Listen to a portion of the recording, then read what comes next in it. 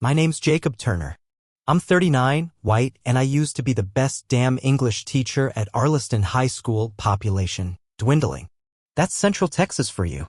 You either leave after graduation or you stay, marry someone who has your same last name somewhere on their family tree and pretend it's not weird. Me? I stayed. I genuinely loved teaching. I didn't care about the standardized test hamster wheel or whether the vending machines served healthy options. What I cared about was turning sullen 15-year-olds into critical thinkers. I loved watching some jock stumble through the crucible and slowly realize it wasn't just a play about witches, it was about fear, power, and mass stupidity. Sound familiar? I taught sophomore lit and senior comp, ran the creative writing club too, which was mostly just kids avoiding gym class. I was respected by my students, tolerated by the staff, and I didn't know this at the time, hated by one very powerful man. Mark Ridley, school board president, head of Ridley Insurance and Title. A man with teeth too white for someone who's never left Texas. He wore pressed jeans and cowboy boots to meetings and quoted scripture to shut down anything he didn't understand. If you've ever seen a possum in a suit try to run a school district, you've seen Mark Ridley. Now, I didn't go looking for a fight with him. I didn't call him out in meetings or mock his Ford F-250 parked diagonally across 3 handicap spots. All I did was fail his nephew, Colin Ridley. God bless that boy, he couldn't write a coherent paragraph if you paid him in 4 nightskins. The kid turned in a final essay that was lifted verbatim from some dead college kid's blog about of mice and men. Didn't even change the font. Left the hyperlinks in. I gave him a 0. Emailed his mom. Standard stuff. Thought it was over. Oh no. I should have known better. See, failing Colin was like kicking a wasp's nest in slow motion. First, I got a call from the school counselor. Maybe we could consider a redo? Then an email from Vice Principal Dugan. The Ridleys are a prominent family, Jacob. Let's be practical here. Practical? Colin committed academic fraud. I wasn't being impractical. I was being a teacher. I held my ground, firm but polite. No drama, just policy. And then I got an invite to a special meeting with the school board. No agenda listed. Just a time and location, Tuesday, 6 p.m., closed session. That's when I felt the first flicker of something dangerous in my gut. Because in Texas, under the Open Meetings Act, a school board can only close sessions for specific reasons: legal, personnel, real estate. Nothing about discipline for teachers. But you see, Mark didn't care about legality. He cared about optics. And when his idiot nephew failed English, it made him look weak. So he decided to use his influence the only way cowards know how, quietly and from behind a desk. That meeting was the first crack in the dam.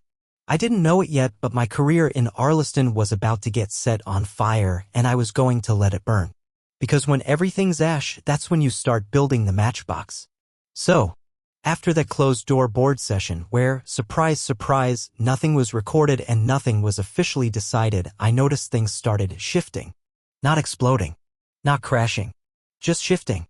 Like a barstool you don't realize is uneven until you put your full weight on it and eat shit in front of the jukebox.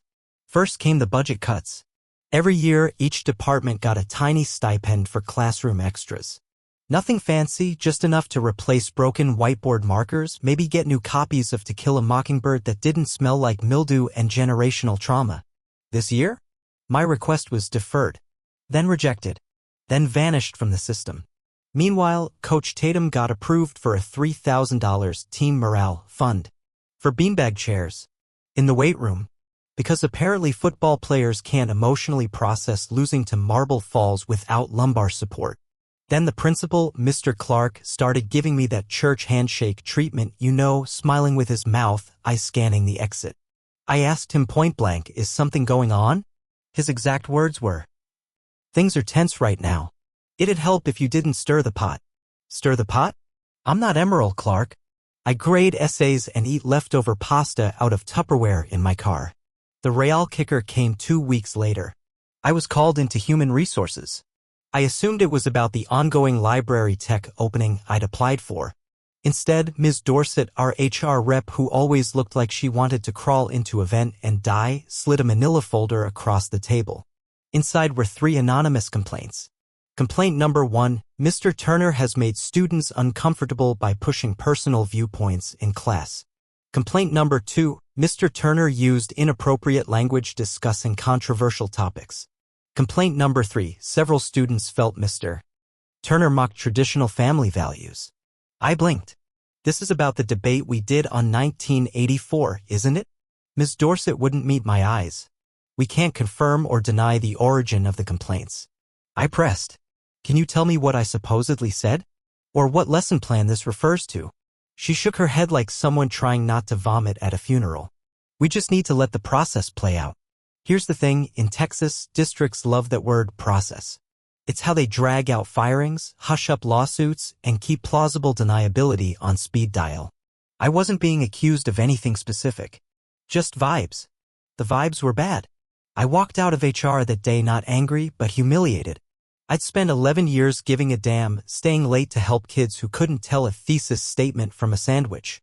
And now some anonymous little toads with Mark Ridley's last name in their contact list were trying to bury me. I went home, poured a glass of whiskey, and stared at my dog for 2 hours. I didn't have a plan yet. I still thought maybe this would blow over. But the thing about reputations is they don't need truth to die. Just enough silence to choke on. And mine was already gasping. A month after that HR meeting, I resigned. Or rather, I was told I could resign with dignity or face a formal investigation into conduct unbecoming of a public educator. Their words, not mine. The principal, Mr. Clark, delivered the news in his office, sipping on a coffee that smelled suspiciously like whiskey. He didn't even pretend to be surprised when I slid the letter across his desk, already typed and signed. You're doing the right thing, he muttered, eyes on his mug. Am I? I asked. He winced. Look, the board's under pressure. You know how it is. These things are political. I taught the Great Gatsby, not Marx. Clark gave a soft laugh. The kind you give when you know someone's about to be shoved off a cliff but you're too tired to fake sympathy. I cleared out my classroom the next morning. 7th period while most students were in gym or study hall. I didn't want a scene. Didn't want to explain to 20 teenagers why their favorite teacher suddenly wouldn't be there next semester. Some of them found out anyway. Word gets around. A few wandered in while I was packing up books and pulling down faded posters. One of them, Marcus Lopez, sharp kid with a deadpan sense of humor and a 3.9 GPA despite working nights at the gas station, just stood in the doorway and said, "They're making you leave, huh?" I nodded.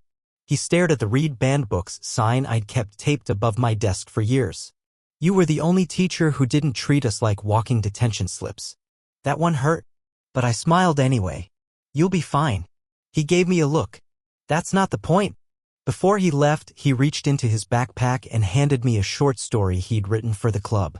A rough draft. No title.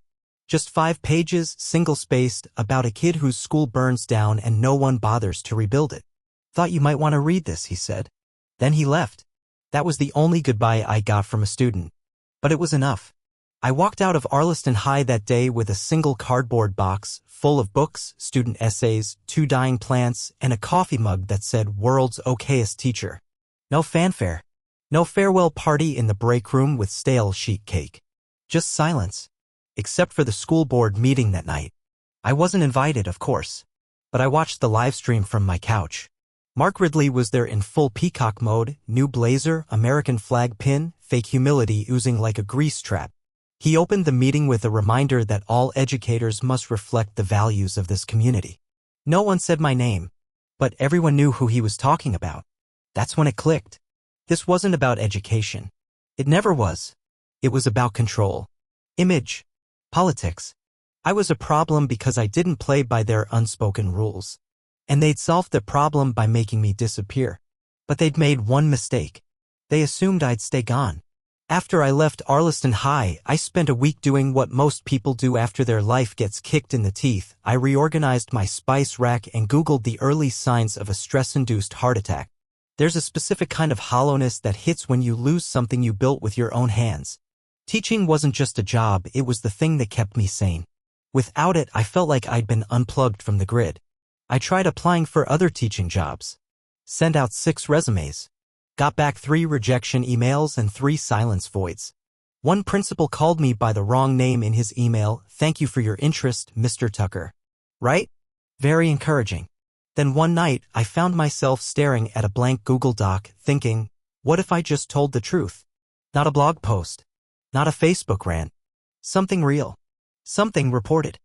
I still had my files, lesson plans, emails, budget docs, and one hell of a memory for backroom conversations. I hadn't gone full whistleblower yet, but I knew enough to see patterns. That's when I remembered Rebecca Jordan. Rebecca and I had gone to Arliston High together.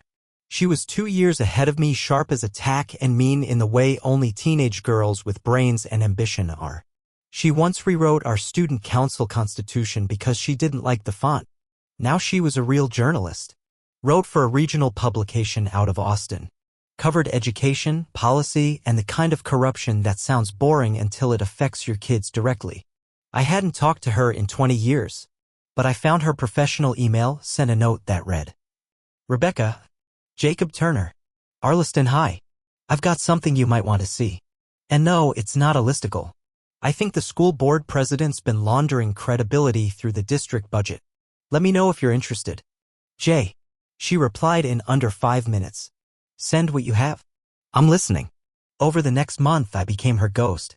Burner email account. Encrypted shared folders. I pulled every bit of data I could find: Mark Ridley's donations to local campaigns, the Ridley Family Education Foundation, which was mostly a P.O. box and a logo, contracts awarded to vendors connected to his cousin's real estate group. Oh, and the little gem I found, a $16,000 consulting fee paid to a company that hadn't existed 3 months prior, filed under digital curriculum enhancements. The company's listed address? Mark's hunting cabin. Rebecca worked like a machine. She didn't ask dumb questions. She didn't hype me up.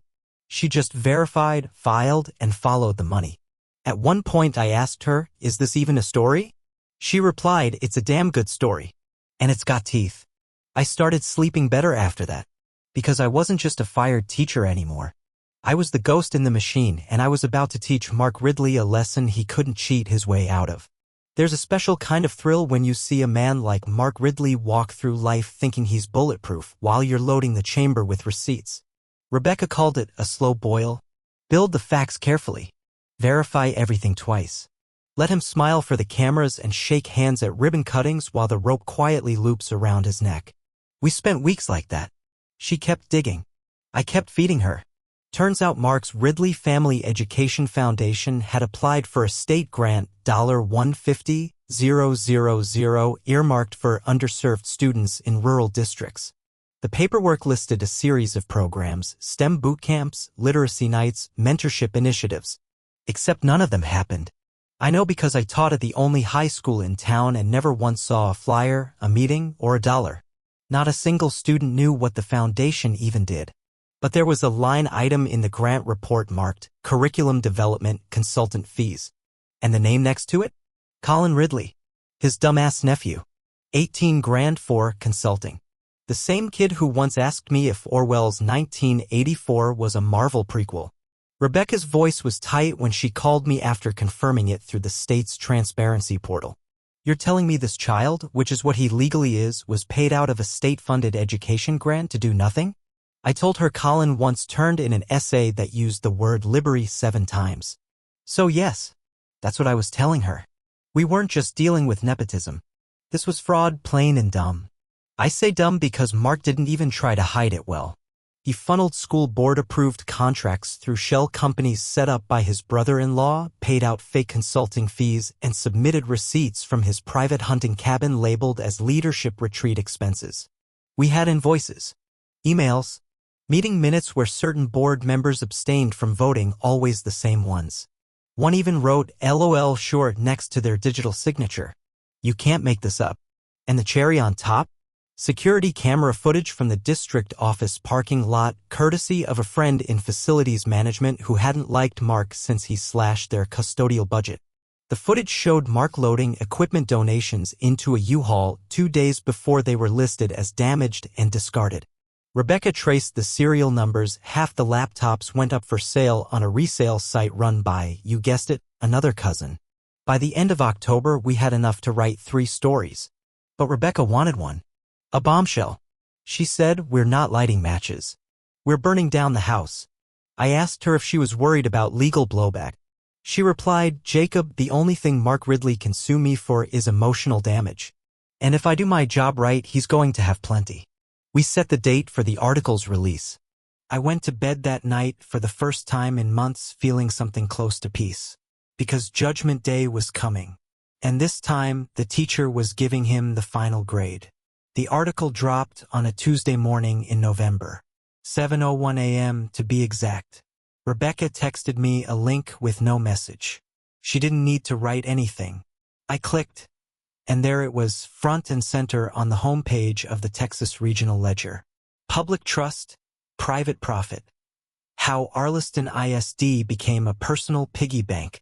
Subheader, Board President Mark Ridley accused of steering funds, favoring family, and faking programs for financial gain. I poured a mug of coffee, sat on my porch, and watched the sky crack into pink. It felt like the air had changed. Like someone finally turned the lights on in a room you didn't realize you'd been sitting in for years. Rebecca didn't hold back. Every paragraph hit like a hammer. There was a scan check showing Colin's consulting fee, payable from the Education Foundation's account. A quote from a former board secretary who confirmed Mark's handwritten notes during meetings. Make this look clean. Use infrastructure label. Emails with timestamps showing rushed approvals for padded contracts. Even the U-Haul footage made it in, with the caption, donated laptops or weekend getaway gear? By 10 a.m., the school district's phone lines were jammed. By noon, 3 board members had issued panicked statements, distancing themselves from operational decisions. By 2 p.m., the county judge had announced an emergency ethics review, and Mark Ridley held a press conference. That afternoon, the steps of the county courthouse looked like a stage someone forgot to sweep. Mark came out in a navy blazer he usually saved for funerals and started with a line so predictable I nearly choked on my coffee. I am shocked and deeply saddened by these baseless accusations.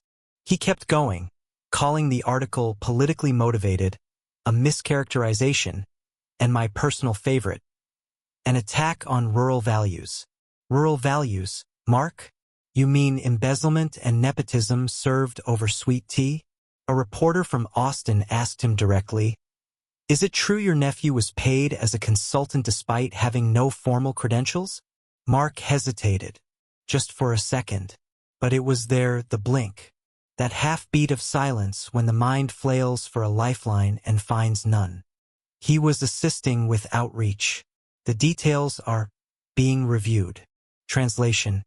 Oh shit. That night, Rebecca's story was picked up by the Dallas Morning News. Then a segment on regional TV. Then national education blogs. My inbox blew up. Old students messaged me on Facebook. Holy hell, Mr. T. Is that the Ridley from back at HS? Yeah. That's him. The one who tried to burn my career down because I gave his nephew the grade he earned. But now, he was the one on fire. And the best part? I hadn't said a single public word. My name wasn't in the article. Not once.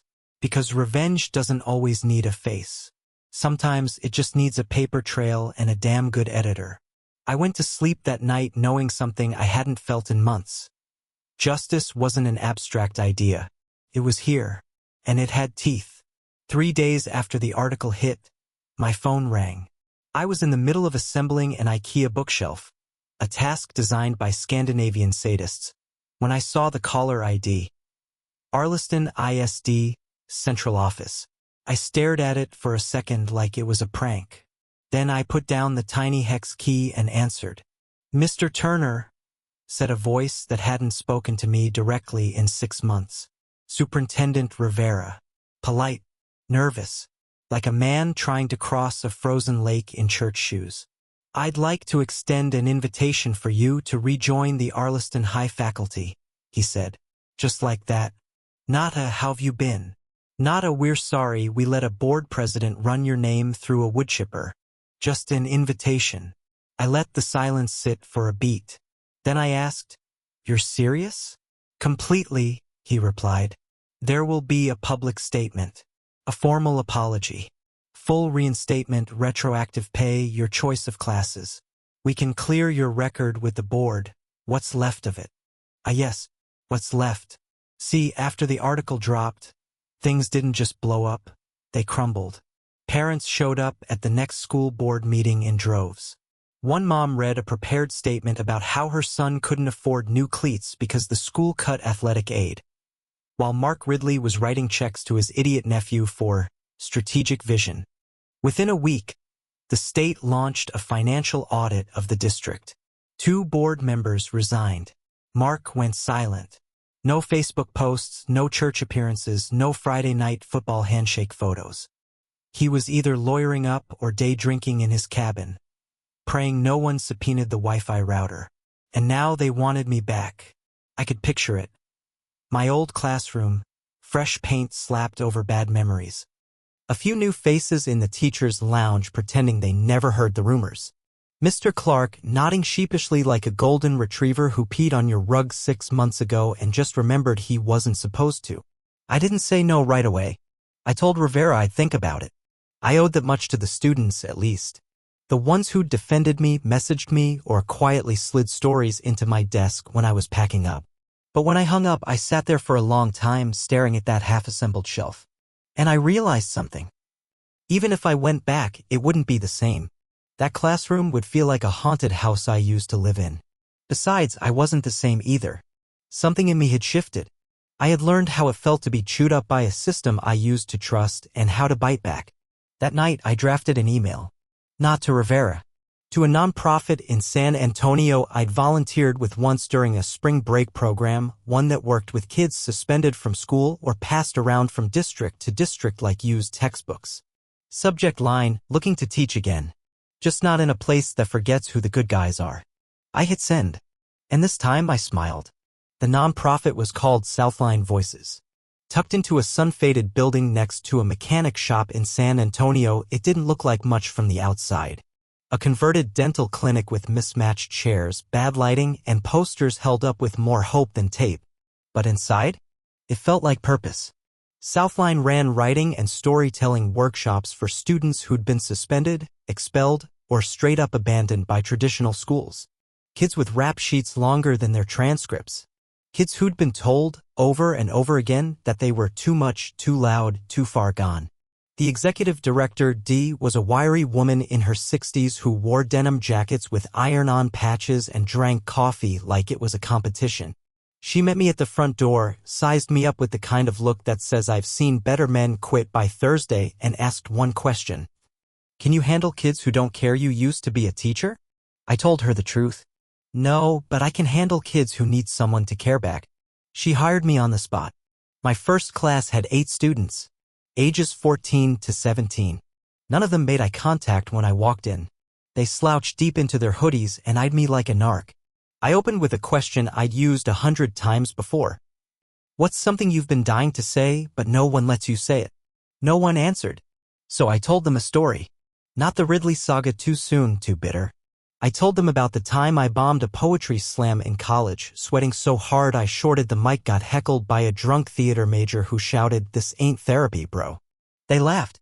A little. Then one kid, Devontae, said, "That's still better than the last guy we had in here." I asked him why. He made us write essays about our values. Then read them out loud. In front of everybody. What happened? Devontae shrugged. Jermaine said he values his mom's weed stash. Got suspended again. I smiled. You write that here, we're framing it. That broke the ice. Over the next few weeks, they started writing. Angry pieces. Hilarious ones. One kid wrote a rap about being invisible. Another wrote a letter to her future self, promising she wouldn't end up like her sister in county lockup. They didn't care about thesis statements. They wanted a voice. And I gave them space to use it. After our first open mic night, Devontae pulled me aside. He said, "You don't teach like a teacher." What's that mean? He thought for a second. Means you ain't trying to fix us. Just let us talk. I went home that night with a stack of handwritten poems and a lump in my throat the size of a grapefruit. This wasn't a classroom with rubrics or report cards. It was better. It was the kind of place where kids like Colin Ridley never had to cheat because nobody ever told them their words mattered. But these kids? They knew it now. And that was the real revenge. I wasn't planning to pay attention to Mark Ridley anymore. I figured I'd done my part, passed the match to someone with a bigger spotlight, watched it all burn, and walked away before the ashes cooled. But the thing about small towns, especially ones like Arleston, is they never really let go of a scandal. Not until they squeeze every last drop of gossip out of it. I still had friends back there. Old colleagues, former students, a guy who ran the coffee shop near the school who kept me updated with the efficiency of a CIA field asset. He messaged me one morning with 3 words. They got him. Turns out after the audit, the state found more than financial impropriety. Much more. The foundation was declared a shell operation. There were emails confirming Mark had knowingly rerouted funds meant for ESL programs into consulting expenses.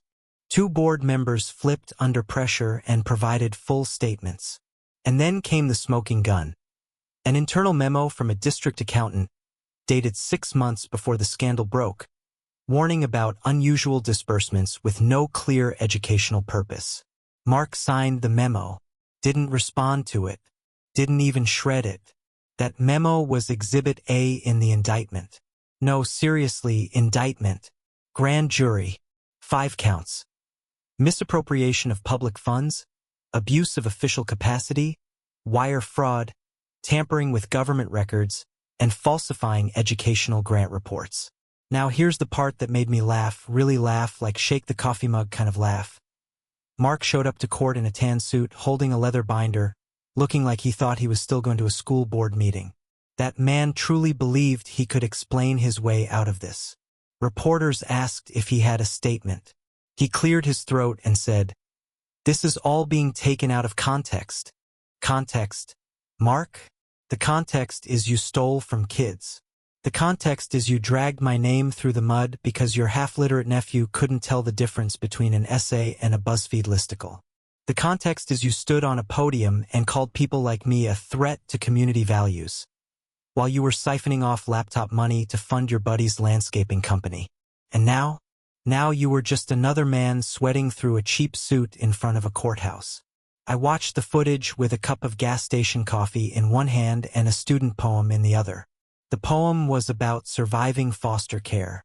It had more truth in 4 lines than Mark Ridley had spoken in his entire career.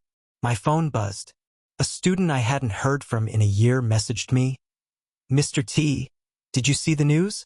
Karma's real."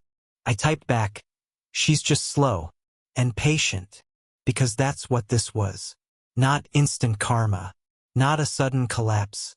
This was slow, deliberate justice. Brick by brick, lie by lie.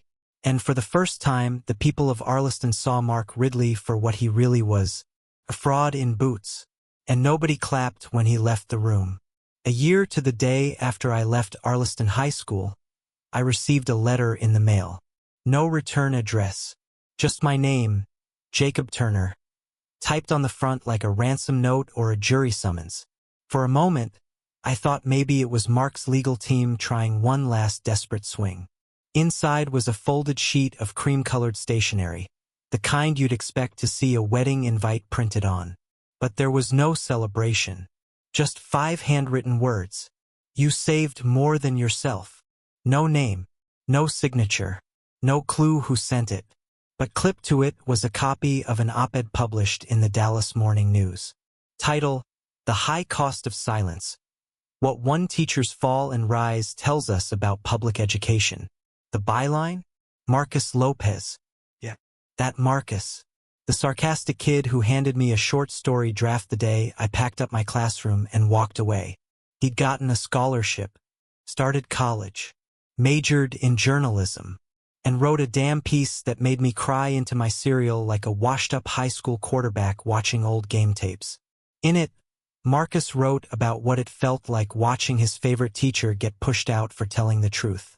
He called it a turning point, said it made him realize adults could be cowards too, and that made it all the more important to become one who wasn't. He ended the article with a line I'll never forget. "We were taught that the pen is mightier than the sword. Mr. Turner taught us where to aim." That letter, that envelope, that was my curtain call. I didn't need a parade or a medal. Didn't want one. But to know that one kid, just one, took what we built in that little classroom and carried it out into the world, that was everything. Mark Ridley ended up pleading out. No jail time, of course, because Texas, but he was barred from holding public office and fined enough to make him sell his lake property. Last I heard, he was managing a feed store 2 counties over, where people politely pretend not to recognize him. As for me, I stayed with Southline Voices. We expanded our program statewide. Started a podcast where the kids interview each other and talk about the stuff grown-ups are too afraid to touch. Abandonment, violence, systems that treat them like trash until they make it to a headline. Every once in a while, someone asks me if I'll ever go back to public school. I tell them I never left teaching. I just changed classrooms. This one doesn't have bells or hallway monitors. It's got folding chairs and peeling linoleum. But it's got heart, and truth, and voices that matter. And that's what I was always fighting for. Not revenge. Not redemption. Just a place where the right words could finally win. And maybe, just maybe, a kid like Marcus would pick up where I left off. Because in the end, revenge doesn't look like someone else's fall. It looks like your students rising.